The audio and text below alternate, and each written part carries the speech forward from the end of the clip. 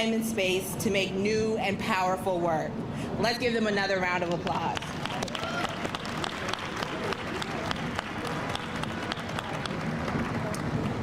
I want to begin by welcoming you all and thanking you for joining the City of Chicago's second Juneteenth flag-raising ceremony, hosted by Mayor Lori Lightfoot and the Aldermanic Black Caucus of the City of Chicago.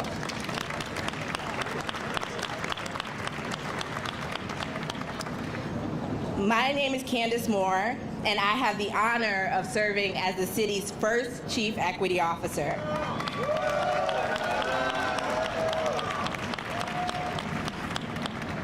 Leading our Office of Equity and Racial Justice. And what I'll say is this day means so much to me because Juneteenth, also known as Freedom Day, reminds us that our pursuit of racial equity, a future state where race is no longer a predictor of our outcomes, cannot be achieved without an honest reckoning of our past and a strategic pursuit of our future. Juneteenth orients us specifically to the Black experience in America and allows us to reflect on how freedom from slavery was not the end. Instead, it marked a new chapter in the continued quest to create a country that can fulfill its promise and ensure fair and just access to opportunity and resources that provide everyone the ability to thrive. But that also must unapologetically include the descendants of slavery, Black people. Juneteenth also reminds me that our equity work must be about healing. It is not enough just to fix past harms. We must create a new way of doing business that will produce the results we want to see. This year, through the work of my office, the City of Chicago has declared 2022 our year of healing, and we will invest in resources, build strategies, and lead engagements aimed at building healing into how we do business. We are guided by 3 pillars. The first is reflect on our past. We will educate and engage about past and present racial injustices and the structures of racial inequality. The second is reclaim our present. We will identify lessons learned of the past to inform new values and norms that shift power. And the third is reimagine our future. We will envision a more inclusive future and design policies to produce and sustain more equitable outcomes. Today, I am grateful to be surrounded by leaders that know the challenge and the promise of embodying all 3 pillars.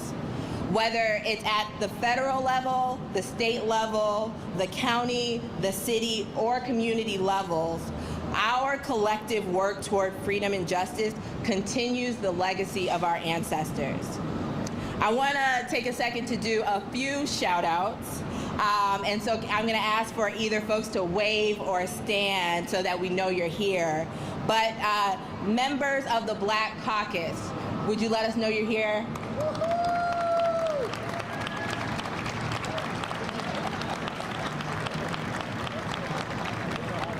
And colleagues on the full City Council, would you let us know you're here?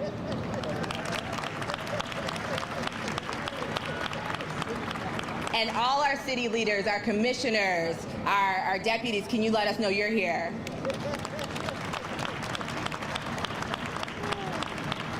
And our county leaders, can you let us know you're here? And our state leaders, can you let us know you're here? And we're lucky to have our federal leaders. Can you let us know you're here?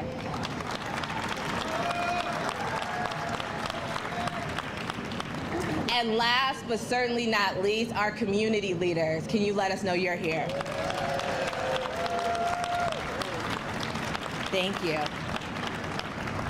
Today's ceremony is about reconnecting with one another, acknowledging how far we have come, and committing to the continued work ahead. The City of Chicago's theme for Juneteenth this year is Celebrate Freedom and Family, to embrace the shared day with Father's Day this year.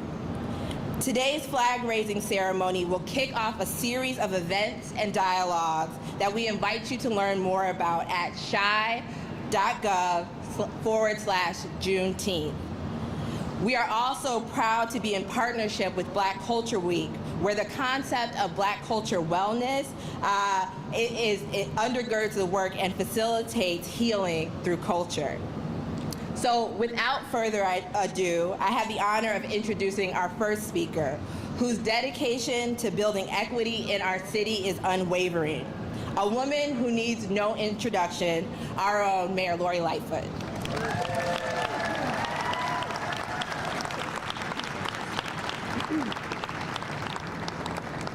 Good morning, everyone. Come on now. This is a bright day. It's not raining. It's not 90 degrees. And we have the opportunity to be together to celebrate. So good morning, everyone. Good morning. All right, that's much, much better. Now, before we get things started and I go into my prepared remarks, first let's give it up for the steppers who are up here. I mean, they're tremendous. They practice at the Mayfair Arts Center in whose ward, Michelle? In the 8th Ward. And I had the great pleasure of meeting them earlier this year, again, underscoring the tremendous talent that exists all across our city. So thank you very much for the steppers. And I would be remiss if in this group I didn't point out that yesterday was Imamit's birthday. Now, I'm sure she had a little fun, little activities, but didn't party too hard because she showed up today. So thank you, Emma, and happy birthday. And I also want to thank Candace Moore.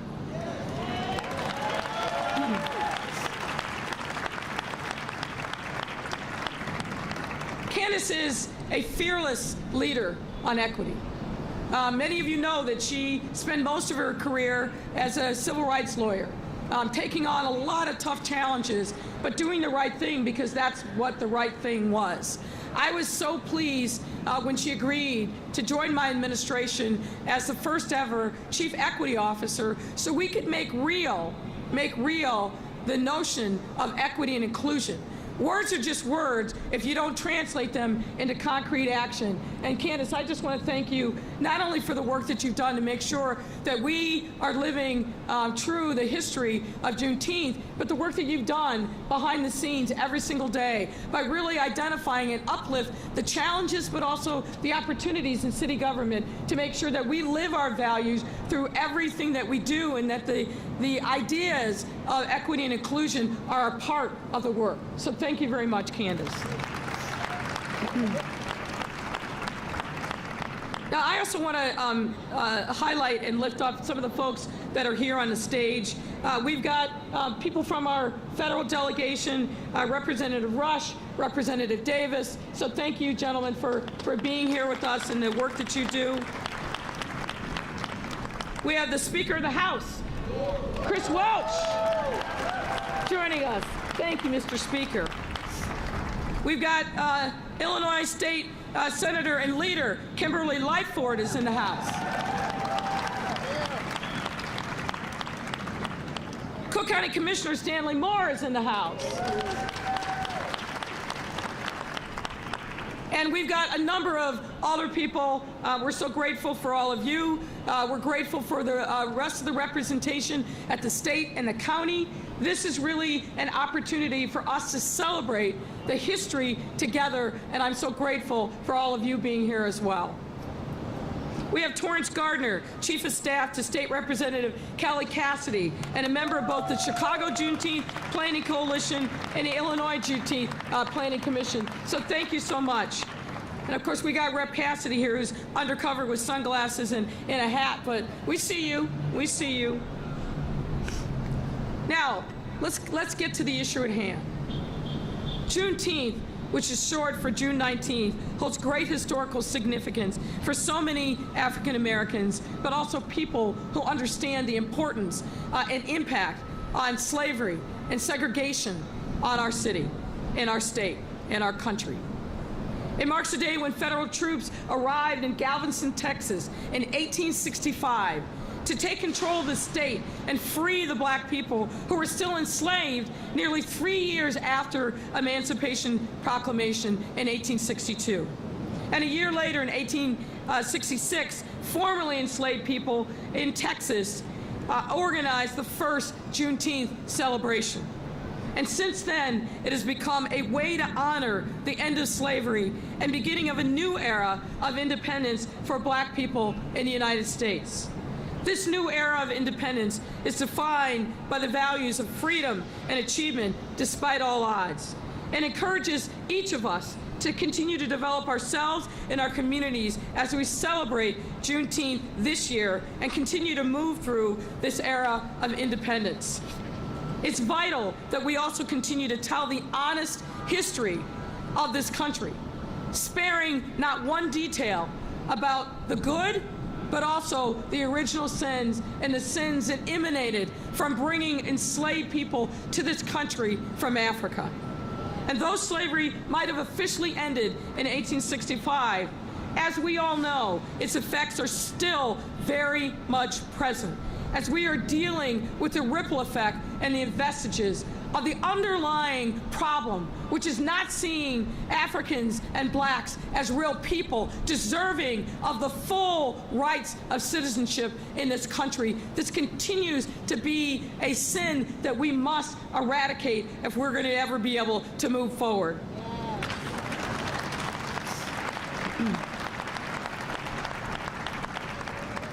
We have seen over the past few years some radicals on the right who are working to rewrite the history by banning critical race theory and prevent it from being taught in schools. It's not about critical race theory. It's about acknowledging our history and being true of how black and brown and Asian people have been treated in this country. Religious minorities have been treated. We cannot be a great country. We cannot be a democratic institution that, as we call ourselves, shining out to the world unless we acknowledge what we have done and continue to do to hold people back from recognizing and understanding and experiencing their God-given potential. We can't hide the truth by banning certain things from being taught to our children. That's right. If we tell an incomplete or wrong or watered down version of American history, we do a disservice to so many of our young people who need to know the path that we as elders and elders have traveled and what their role is in righting historic wrongs. We can't erase the past. We can't erase history, but we can embrace it, and we can commit ourselves to being better today and going forward. That's why last June, we declared Juneteenth an official city holiday, and a move that went into effect for the first time this year.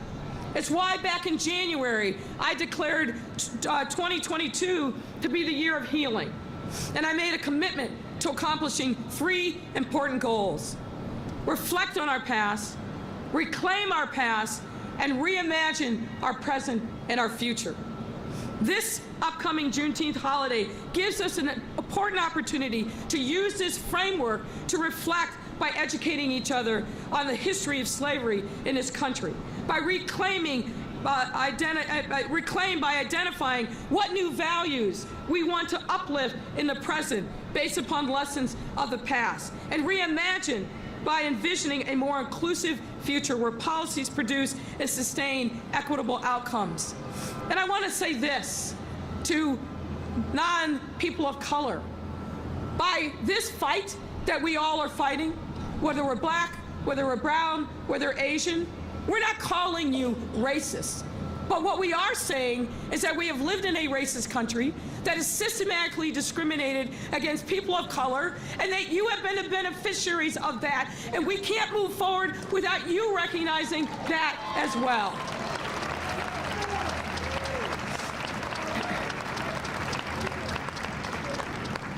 We all have to come together and own responsibility for where we have been sitting on this spectrum of discrimination.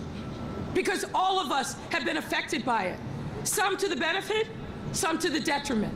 But we can't move forward as a city unless we all embrace our total history and are candid and straightforward about what that means. Now, we've got to come together and find common purpose and remember that in this city we must be neighbors. If we learn no other lesson from COVID, and I hope we learn many, it is that we need each other, that our fates and our destiny are intertwined, and we have got to make sure that we never forget that when one of us is down, we are all down. We don't benefit. When one of us is down and needing and vulnerable, that is the time for us to rally together as a city. That's what we did through COVID. That's why we were able to overcome so many difficulties as a city. That is the same spirit that we must take to face the other challenges that we have in this city. I remain confident and optimistic that there is nothing that we can't overcome, given all this intelligence and the wealth of the city. And I don't just mean financial wealth, but I mean the wealth of experience, the wealth of the soul. There's nothing that we can't overcome if we stand united together. And Juneteenth, let this be the time that we embrace that commitment, that we commit to each other as neighbors, as brothers and sisters in this fight together, that we are going to do everything that we can to make sure no child goes hungry, no person is unhoused, no person is without jobs and opportunity. We have an obligation as leaders to make sure that we are working on these most pressing issues of our residents. Right now, today, united, united.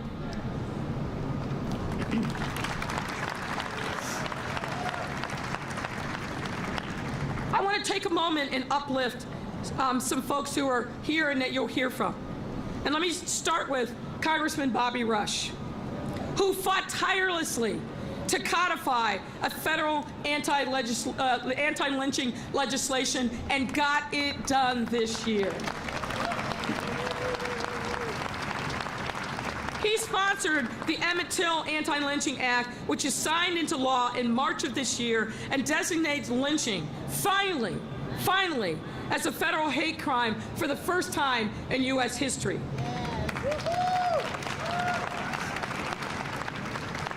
This act comes after more than 200 attempts since 1900 to make lynching a federal crime. What do we say? Sometimes you got to keep fighting. Sometimes you got to step up, even when it seems like there's no way forward. Congressman Rush, thank you for your diligence. We also have leaders like Commissioner Stanley Moore, who co-sponsored the ordinance making Cook County the largest county in the country to officially recognize Juneteenth as a paid holiday for its employees. Thank you, Commissioner Moore. Let us also recognize the work of our state legislative folks, including Speaker Welch, who made history by becoming the first Black Speaker of the House of Representatives.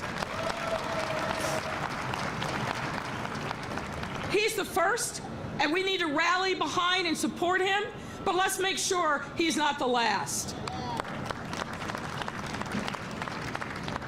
And my sister, Senator Lightford, who continues to work day and night to support and implement legislation that addresses systemic racism. I don't know a harder working legislator than this woman. Through a lot of personal adversity, Senator Lightford, you are bringing it every single day. You are a shining light and example for us all. God bless you, and God bless your family. I also want to commend Congressman Davis, who has been a champion for the rights of returning residents in the city and county and state. Congressman Davis, I just left an event. We can't talk about public safety, folks, if we don't make a space for returning residents to be able to come back home and make sure that they have every tool that they need to be able to reintegrate and support their families, have good jobs, get access to health care. Danny Davis has been the champion for this, and he's shown us that great light. And I've got to give a shout out again to Torrance Gardner, who has helped make Juneteenth the holiday that it was always should have been. Thank you so much.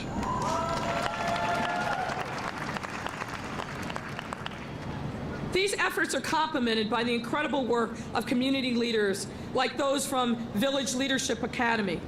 Principal Dale and the teachers and the students of Village Leadership Academy led the charge to rename Douglas Park with one S, which was originally named for pro-slavery Civil War era Senator, to Frederick Davis Park, two S's, honoring the contributions of the legendary abolitionists. Thank you so much for that work.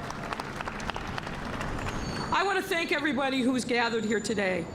We have a lot to be proud and thankful of in this great city of Chicago, and don't let anybody ever tell you otherwise. But we also know that we've got challenges that we must face. And as I said before, we are facing them.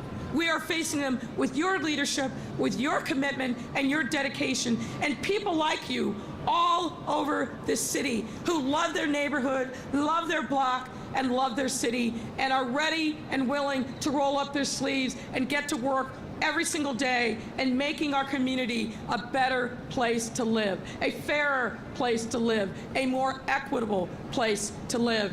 And I am grateful for your contributions and will continue fighting that fight along with you. Now, I'd like to welcome up a woman who's been a champion on this issue, Alderwoman Maria Hadden. Please greet her as she comes to the podium. Thank you.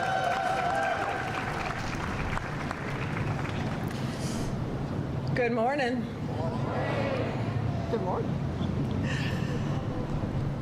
It's hard to follow Mayor Lightfoot and Candace Moore, and you're going to have some other speakers up here today that I can't compete with either, as they talk about why we're here and the importance of Juneteenth. But in the couple minutes that I have, I'd like to say hello. My name's Maria Hadden. I serve as alderperson of the 49th Ward, and some of you know me and some of you don't, but in line with the theme that the city has set for Juneteenth this year, you may not know me, but we're family. We're talking about, and the mayor had to say, what Candace Moore had to say is, how are we going to be more responsible for one another? When I think about Juneteenth and the importance of why we wanted to make this a holiday, the importance of why we celebrate this each year, it's hard not to think about the connections to July 4th and our nation's Independence Day. So much of what the founding fathers put forth, right? We talk about a more perfect union. We talk about life, liberty, and the pursuit of justice. We're 246 years into the American experiment, and we're not done. And I think that's what Juneteenth means to me. It's a reminder that we're not done. We have to practice freedom. Freedom is something that we yearn for. It's something that we aim for. To my enslaved ancestors, right, freedom meant something specific in that time. To my parents, freedom meant something specific to them. To me, freedom is a bit unknown, right? What's the vision of the future? To the community leaders, the young organizers who push us and challenge us in the city to envision something different, maybe that's what freedom means to them.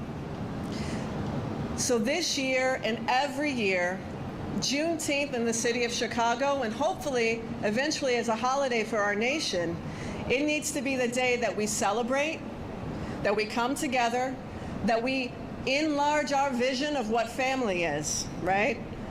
We've got to grow our hearts. We've got to grow our circle of responsibility and commitment to one another.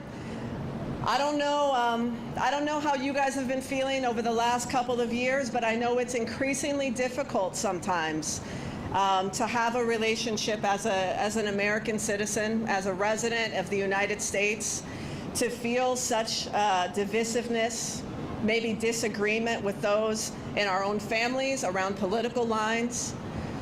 But that conflict is going to yield something amazing.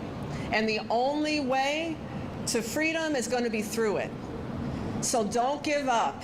Freedom is a practice. Every day that you're going to work, every day that you're going to school, every day that you are in relationship with your neighbor, you need to envision and hold in your heart and your mind, what's the city that we can be? What's the nation that we should be? What did our ancestors envision? And know that we're not done. We're not there yet, but we can get there. And it might take another 246 years. Who knows? But while we're here, while I've got time on this earth and you've got time on this earth, we're each other's family, we're each other's responsibility, and every day you can take an action or not do something that you maybe shouldn't do. Inaction works too. That's also a choice. You can do something and make choices to make this city better, to make your community better, to make your organization stronger, and to get us closer to that more perfect union, to what we can be as a nation, to what we can be as a city. And so thank you all for being here on Juneteenth, and let's embrace this commitment to family that the mayor and Candace have set forth for us this year, and let's carry that forward. Happy Freedom Day. Let's celebrate together as family, and thank you all so much.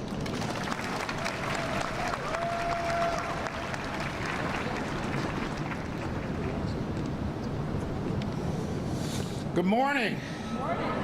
Oh boy, it's a beautiful day. And I just want to thank our mayor, Mary Lori Lightfoot, for recognizing each and every one of these people who have been out here fighting to make this city a better place to live, work, and shop. Let's give her a round of applause. I'm Cook County Commissioner Stanley Moore, and today I stand before you in recognizing the importance of Juneteenth. Juneteenth is known officially for the commemoration of the emancipation of enslaved people in the United States. In addition, it marks a day in which we remember the terrible toll that slavery has taken on our country, and in many ways continues to play out each and every day in our current lives. As the chief sponsor of Juneteenth Ordinance 2034-60, I wanted to ensure that throughout Cook County, we recognized and we celebrated the past and have hope for our future. I want to thank all of my Cook County Board Commissioners who supported this unanimously to make Juneteenth an official Cook County holiday. Cook County became the first county in Illinois and the largest county in the country to officially recognize Juneteenth as a paid holiday. My goal at the time of sponsoring the county ordinance was just to encourage the state and the city to follow suit. This process came to fruition, and I was very excited that they did this and made it an official holiday for the entire state of Illinois. And now both the state and the federal have honored Juneteenth and celebrated it, and it has continued to be celebrated throughout the entire country. Let us enjoy Juneteenth by educating our children and staying safe and loving each and every one of our residents and respecting people. Safety is the key to this holiday and throughout our city and state. I'd like to bring up, right after me, my friend, my fraternity brother, and my speaker, Emmanuel Chris Welch. Welcome him to the podium.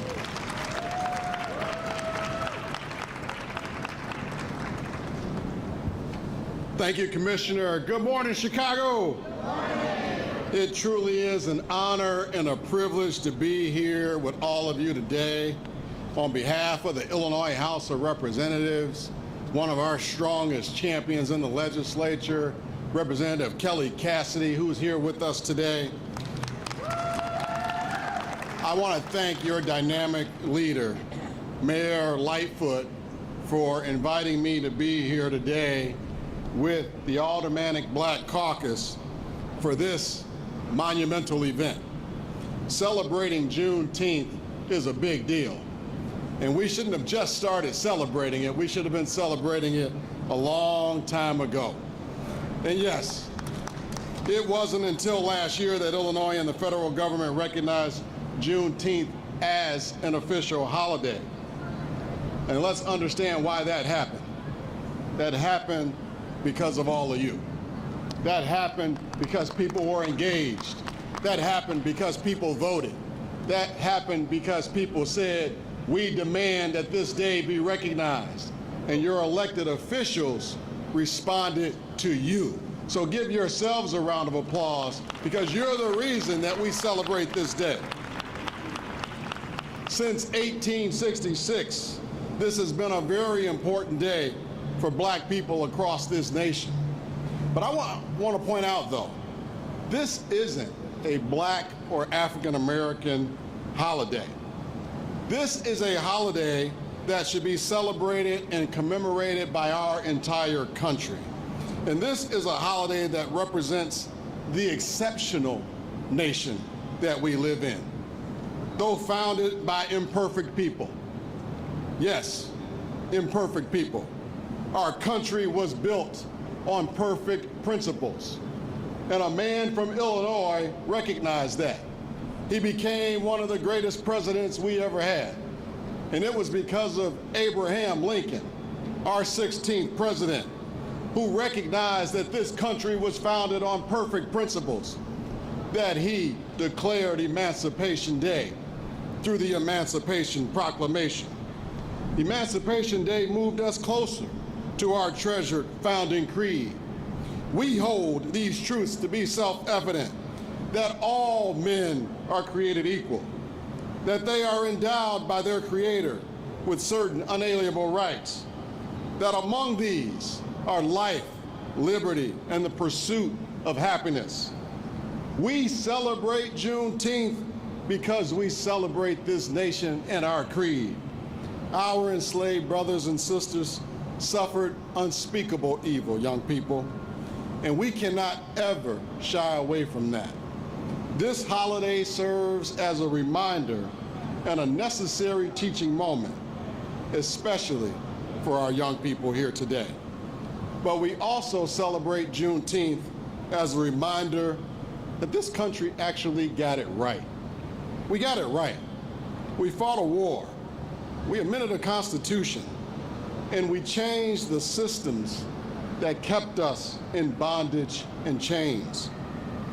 I can't stand here today and declare that we've eradicated racism.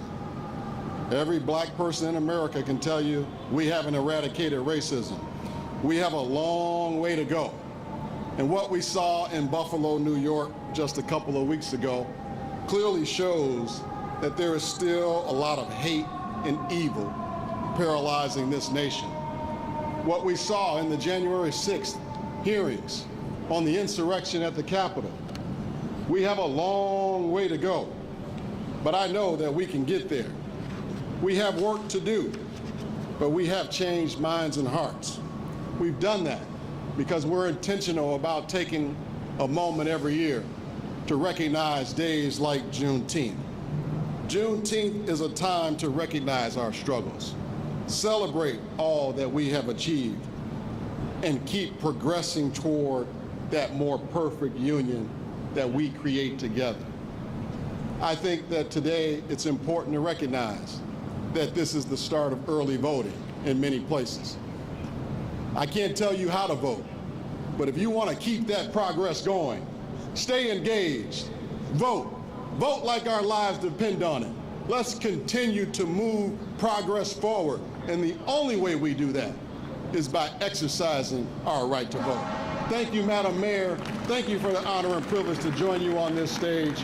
And God bless the city of Chicago.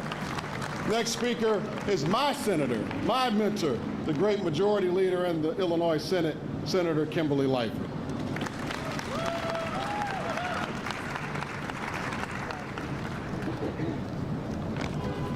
To God be the glory for the things he has done in my life. I bring greetings to all of you on behalf of the 4th Senate District as the Illinois State Senator. Then I'd like to go a step further and bring greetings to all of you as the first Black woman to hold the position of the Illinois Senate Majority Leader.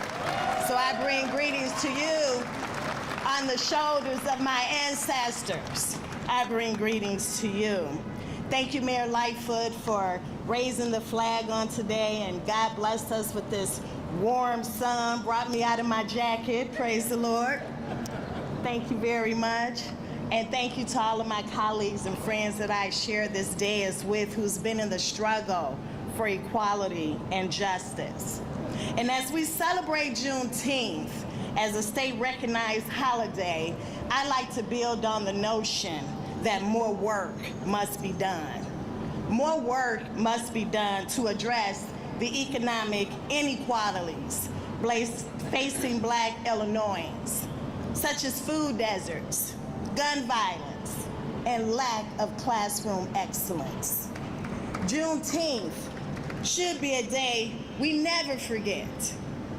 And why we should never forget becomes content with the inequalities we continue to face. There is a connection. Because of acts of racism that is embedded in this country, the humanity of Blackness is missing from our lessons, taught in the classroom, and even during the shortest month of the year, Black History Month. And although the Civil Rights Movement is a standard in most history classes, Reconstruction and Black migration in our teachings always have fallen short. Black history is American history. The emancipation of our ancestors should be honored, just like every other notable moment in our nation's past. And we must continue to ensure that our story be told. It's our responsibility to make sure that our story is told. And that starts with making an inclusive history. That is why I tasked the State Inclusive American History Commission with ensuring that our history becomes a part of our students' history books. The lessons being learned as early as preschool. They need to know who they are, where they come from, and that we created this country. It's time to tell the truth and to teach our children. In fact, Freedom Schools. Freedom Schools was a part of the Illinois Legislative Black Caucus. We created that thing, and here's why.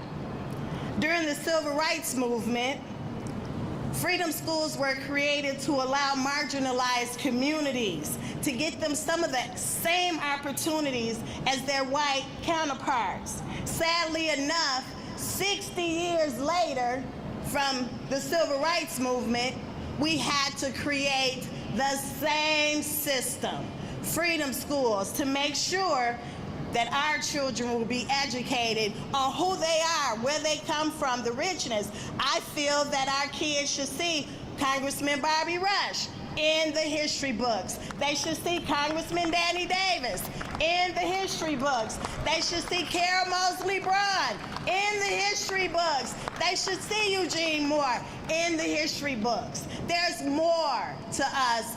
In addition to our great president, Barack Obama, there's a whole lot of good that comes out of the state of Illinois as we educate Black history across this country. I want to thank the General Assembly and the governor for signing the Juneteenth state holiday. This had to be one of my most proudest pieces of legislation. And I've passed a lot of legislation that was impactful over the years.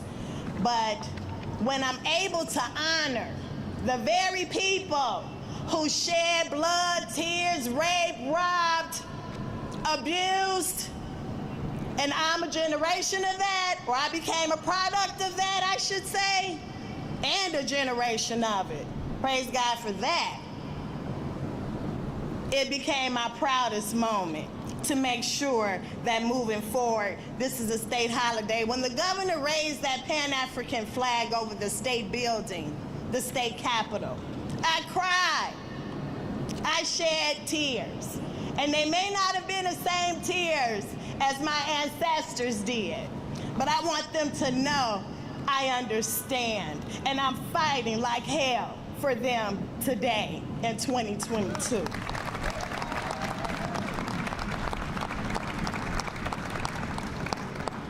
You know, Freedom Schools, we're the first state in the nation to state fund Freedom Schools.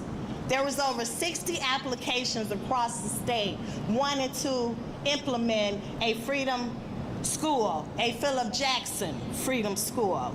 And so we had that opportunity to help children all across this state.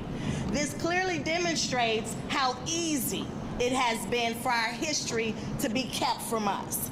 But we must continue the fight for equity until all people in this state truly enjoy the same rights, the same privileges and opportunities. Let me remind you that our Black culture and our contributions are always at the forefront of music, food, and innovation. Music that we all love, that brings us together. And you all know how you at the family reunion, at the reception, no matter where you are, you at the White House, you're gonna hear some Motown be played. And when Motown is played, everyone is enjoying Motown that's on the dance floor. Soul food. Soul food is the favorite American food. And Black innovators who built this country. Imagine what life would be like without these innovations. Because of acts of racism, we must always remember to honor our ancestors and to rejoice in the oldest national celebration of freedom from slavery in this country.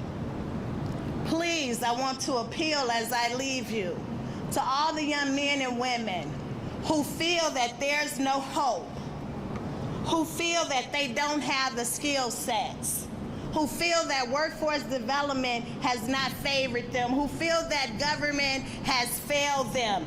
I just want to beg of them to stop it. Stop the black-on-black crime.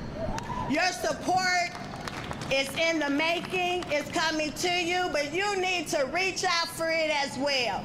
So I implore you, I had 4 guns on me on December 21st of last year. 4 guns on me by young Black boys who, if I believe, had been taught true history, perhaps would not have put a gun on me. And who, if had the chance, if they had the opportunity to get a quality education that could teach them skill sets, that perhaps they had a 9-to-5 job instead of a 10 p.m. job, to put guns on me. And I want them to know that I spent my whole career fighting for you who put that gun on me. And I'm gonna ask you not to pull a trigger and hurt not another individual from your own community. Not to hurt anybody in general, but hear me and be clear. We are a broken community because we lack, not because we've been robbed and stolen and denied and had racist behaviors and policies right from the state capitol. I've witnessed it. And I'm sorry, Mayor Lightfoot, I'm preaching on today. It's all right. Go on. I'm sorry. But this has got to end. It's not cute to be a politician in your community feel like you're not doing nothing for them, when I know every member of every Black caucus from the federal, state, county, and city levels work our butts off for our Black communities. And we have a system that we've been fighting. It took Bobby how long? How long? Shame on the federal government that they didn't see lynching as a hate crime. Shame. But the community would be led to believe that Bobby Rush didn't care about it. It's time to teach. Stop pointing your finger at what black people not doing for you. Let's try to work together and figure this out.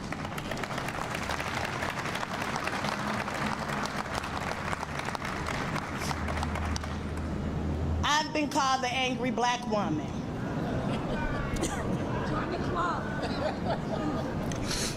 And I was called this, Chris, when there was only 2 black women in the Senate. And that was me and Margaret Smith. And if you remember Senator Smith, I was in my late 20s and she was in her late 70s. We was 50 years apart. I respected her like I did my great-grandmother at the time. She taken ill and she left the Senate for a moment, and I was the only black woman in the Illinois Senate. And I still somehow, no matter what, was able to make some systemic changes in how our children learn. I didn't care if I was labeled the angry black woman, because I am angry. I'm angry at this system. And in all of that anger, somehow, I'm gonna have a happy Juneteenth. I'm gonna celebrate, I'm gonna honor my ancestors, and I'm going to teach our children. And I hope you do the same. God bless you and have a wonderful Juneteenth.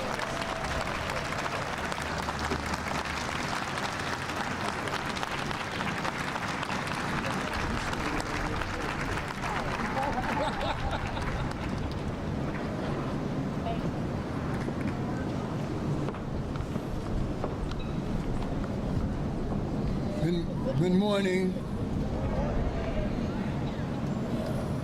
I know, and I'm wise enough to know when I am in the presence of a prophetess. And I thank Senator Lightford for bringing that prophetic word to us today. And as a preacher of the gospel of Jesus Christ, I have an urge to take up an offering. I got to fight the feeling. As a son, a descendant of an ex-slave, last year when I, along with Congressman Davis, had to vote to make the Juneteenth bill a federal holiday. Truth be told, I voted for that bill with mixed feelings. Because when that bill was supported in an environment of January 6th, in an environment of tremendous, excessive racial hatred, in a body that had as its members some stoked down racists and haters, and they were in support of Juneteenth, then to me, I smell a rat somewhere. Why would they support it? And I can only come up with this answer to myself. I said to myself, sir, the reason why they would support this bill is because they thought that this bill would be of non-consequence, would be another holiday where the American people would just sit back not go to work, and languish in their comfort zones of their contemporary living. But truth be told, and I thank Mayor Lightford for last year making those stated or those unstated, but those conclusions of the extreme right wing in this nation a lie. I was here last week at the inaugural flag raising ceremony for Juneteenth.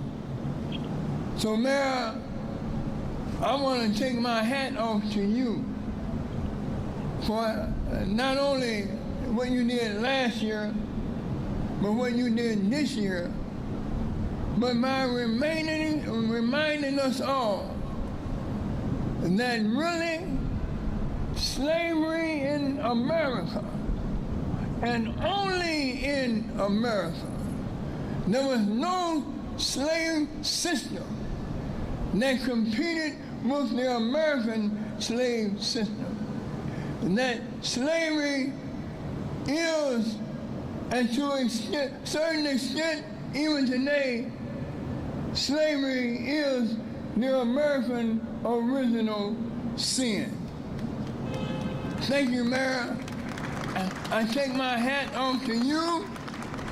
And truth be told again, Mayor Lightfoot, for the last 3+ years, it seems like all I've been doing is taking my hat off to you.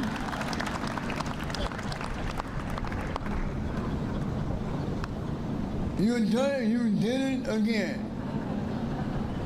Let me say that this is a holiday, a day where we should be pouring into the holiday and not just symbolically celebrating this holiday. You and I have the capacity, we have the responsibility, we have the calling, we should have the commitment to pour into Juneteenth, to make Juneteenth a day of true liberation from slavery and all of the vestiges of slavery. Racial hatred is the order of the day for too many American people. And you and I, as peace-loving, justice-seeking American citizens, we have a responsibility to pour into Juneteenth, to make this day become alive and fervent with goodwill and the goodwill of the American people. In Scripture, an appropriate scripture for this occasion is found in the book of 2 Chronicles 7:14, where these words are written. If my people, who are called by my name, will humble themselves and pray, and seek my face, then I will hear from heaven, heal their land, and forgive their sin. The only way that the original American sin can be erased from the history of this nation would be to repent of that sin. And the Greek word for repent means to turn around. The American citizen can't turn back, as Trump and others are trying to do, as the extreme right-wing, Christian right-wing American citizens are trying to do, but we have got to turn around and end all the vestiges of slavery in this nation. Love the Lord with all your heart, soul, spirit, and soul, and love your neighbor as yourself. Again, I want to thank Mayor Lightford, thank all of the automatic city council, and thank each and every one of you. God bless you.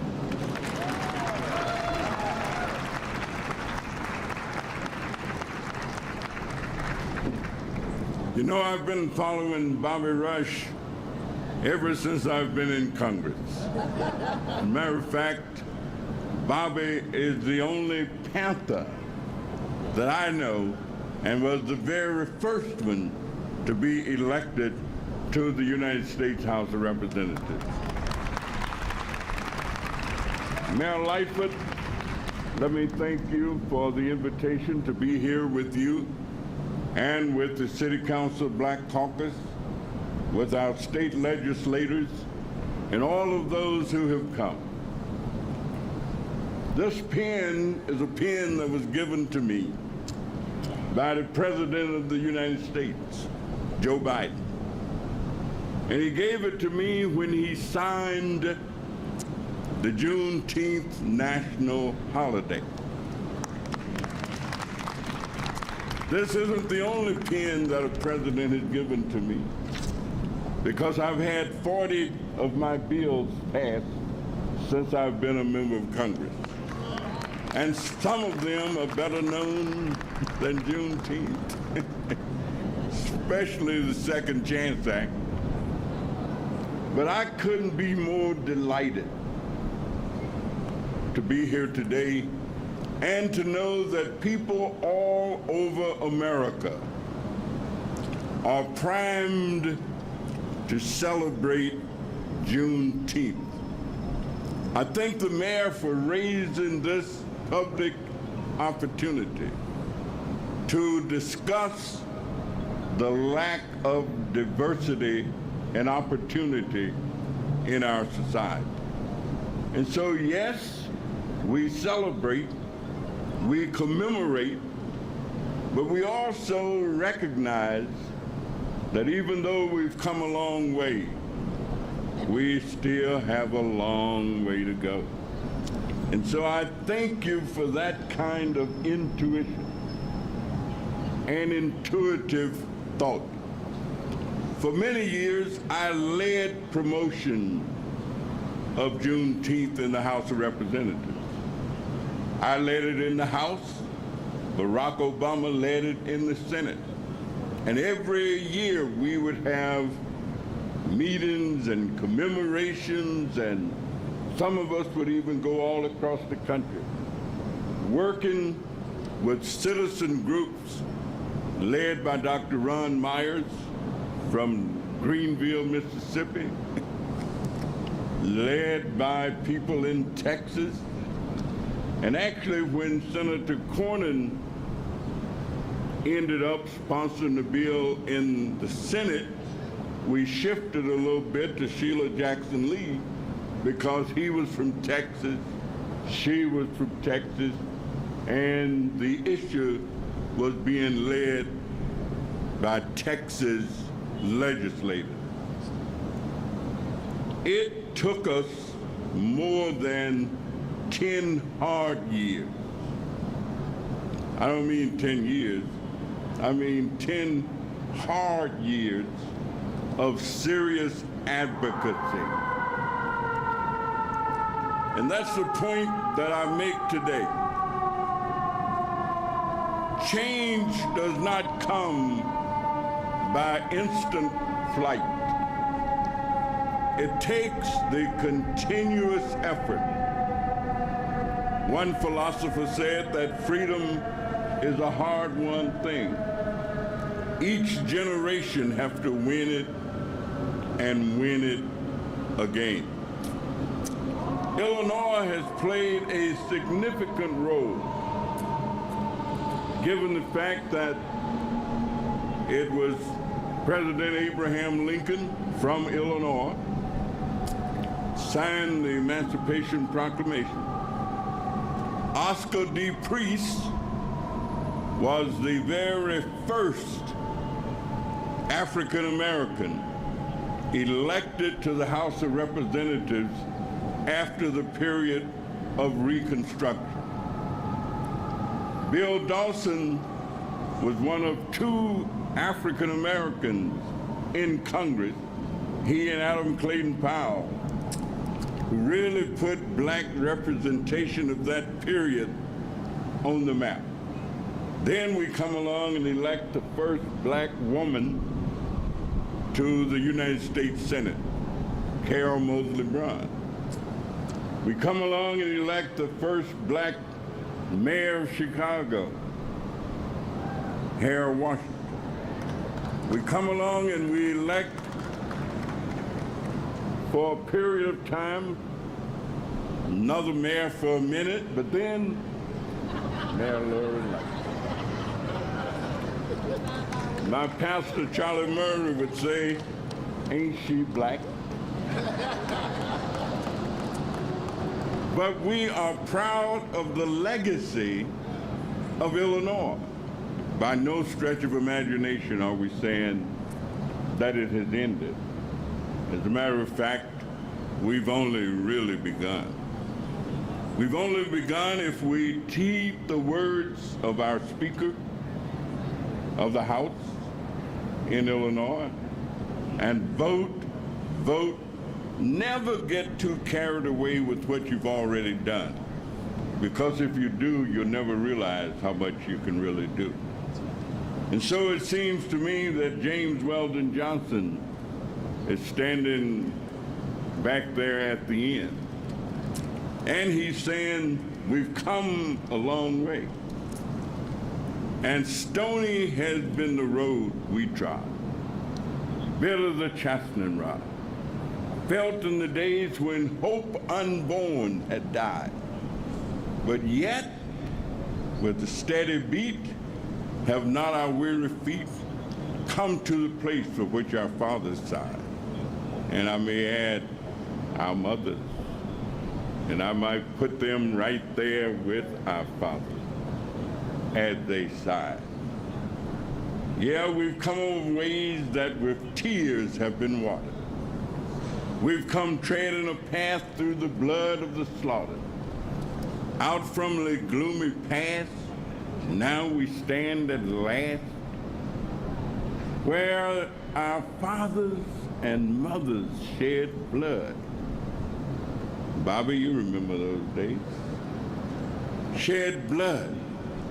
So my message to all of us this morning, as we face the rising sun, let us march on. Let us vote on. Let us strategize. Let us energize. Let us move on till the victory is won. Madam Mayor, thank you very much.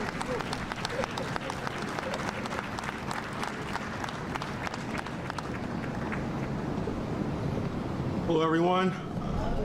I'm Torrance Gardner. I'm Chief of Staff to State Representative Kelly Cassidy and former Director of Economic and Community Development for Alderwoman Maria Hadden. I want to first give a special shout out to this woman, Alderwoman Maria Hadden, because without her, louder. Because without her, I wouldn't be here.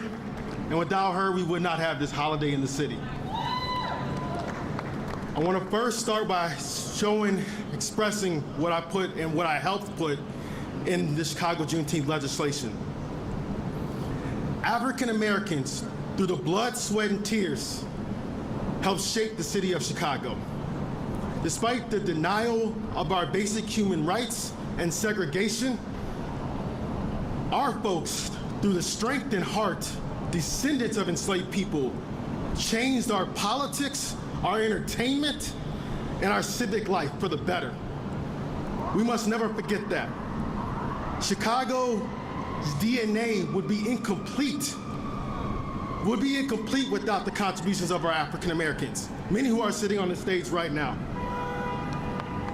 I bring that up because as I wrote that, I remembered folks like my grandmother, who died a few years ago, who couldn't see this day happen. She died telling me, boy, you better be a part of the solution and not a part of the problem. Right, we heard that from my elders, right? Boy, what you doing? What you gonna do to make the community better? Not putting guns up on people. What you gonna do? So I lived with that and I carried that. I remember folks, or hearing rather, about Miss Paul Lee, National Juneteenth organizer, 95 years old, marched miles, and may never have seen this day until it happened. These are stories we cannot forget. So I bring that up because the story is bigger than just me or anyone else. This was a true collaboration. When we started back in 2019, I didn't envision a global pandemic. I know when I talked to Maria, we're like, here we go, we're starting the conversations and boom, the world goes upside down. But I give credit to folks like Lucretia Burtz, founder of Black Remembrance Project, who brought this to Alderwoman Hadden's office. A very, very beautiful, spirited Black woman is behind a lot of our victories we don't know about. So for that, I also want to thank TJ Crawford, Theodore TJ Crawford of Black Culture Week, who for years have held it down to ensure we do not forget our tradition and our history. And through Black Culture Week is using it to activate community and create violence prevention efforts. And I also want to thank the mayor's office, especially Candace Moore, with her patience through all these years. These patients throughout all those meetings we have Zoom-wise, I never seen Candace in person until we literally got it done last year. And the beauty she showed in being the true first Chief Equity Officer was shown to be effective to get this done. And thank you, Mayor Lightfoot, as well, for coming up and doing what you got to do to get it done too.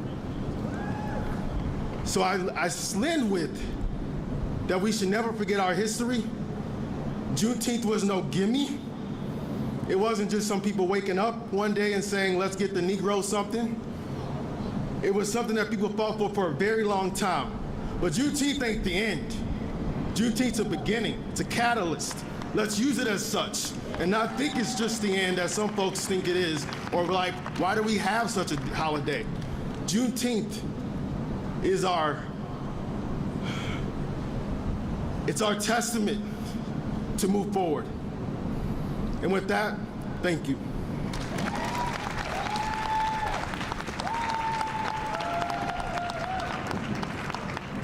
All right, good afternoon. I'll try one more time. Good afternoon. All right, my name is Dio Harris, and I'm the proud principal of Village Leadership Academy. We are an independent, private K-8 social justice school, located in the South Loop, with the vast majority of our students coming from the west side of Chicago. We are a part of It Takes a Village family of schools, and I think it's really important to acknowledge, especially on a day like today, a beautiful day like today, where many of us are being more intentional about our understanding or acknowledgement of Black cultural legacies, right? And the unwavering creativity, power, perseverance, radical imagination, and manifestation of our ancestors. It's important to acknowledge that It Takes a Village family of schools is founded by Black women. I think that deserves a round of applause as well. We understand, as many folks spoke earlier, we understand that teaching is a labor of love.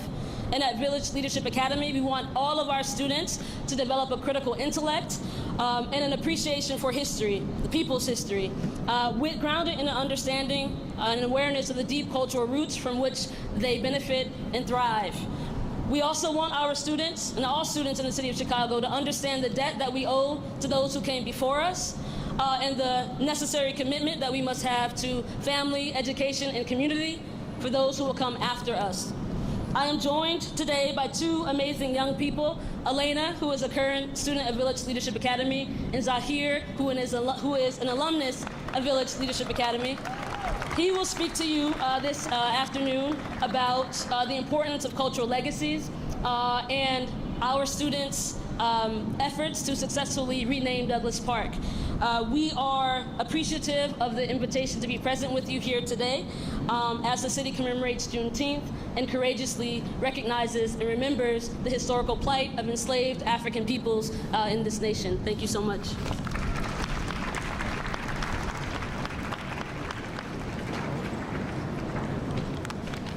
Good morning. My name is Zahir Bang, and I'm a recent graduate of Village Leadership Academy. Today, I have the honor of representing more than 30 students who worked on for 4 consecutive years on the Change the Name campaign. When we began our grassroots campaign, I was in the 5th grade. And we didn't know at the time the many obstacles and hurdles we would face and ultimately overcome.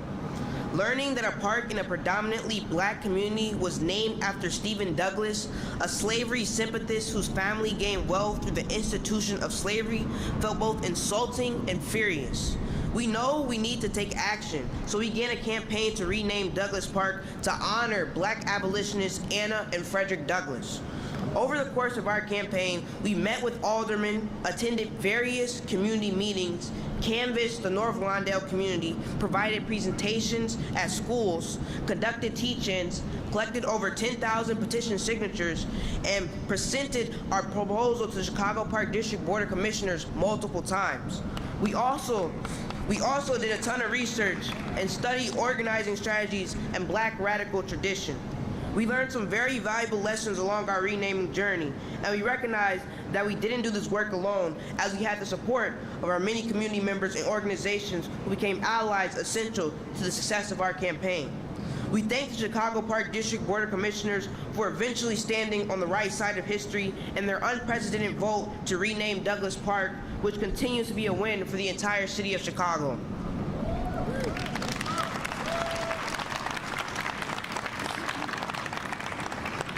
This year, It Takes a Village family of schools will host its first ever Juneteenth Village Fest in Douglas Park, a familiar affair. We think Anna and Frederick will be extremely proud to be remembered, honored, and celebrated this way. At VLA, we are told that tomorrow belongs to the children who are prepared today. We thank you for your work to build strong communities, and we appreciate being part of the historic Juneteenth flag raising ceremony. Thank you for your time.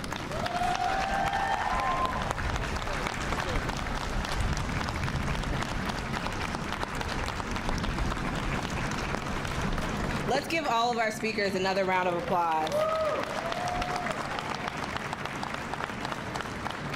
So I want to thank you all for the time that you took out this morning for this program.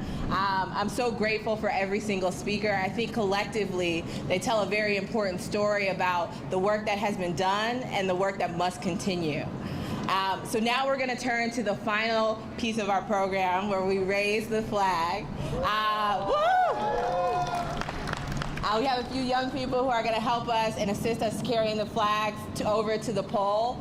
You are welcome to stay in this particular area and watch the flag raise. You can also walk over. I will also shout out there will be a drone camera, so please wave your flags in this direction so we can see all of you. We can see who's out here.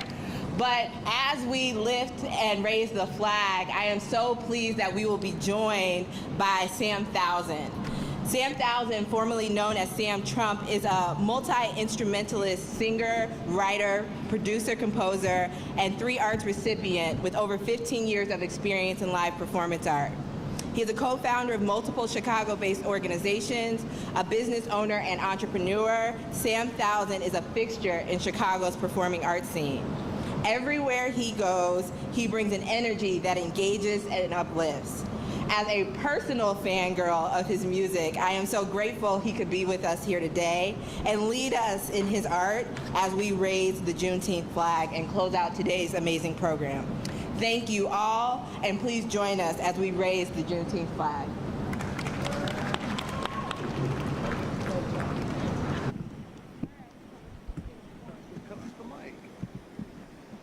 Hey, turn the mic back on.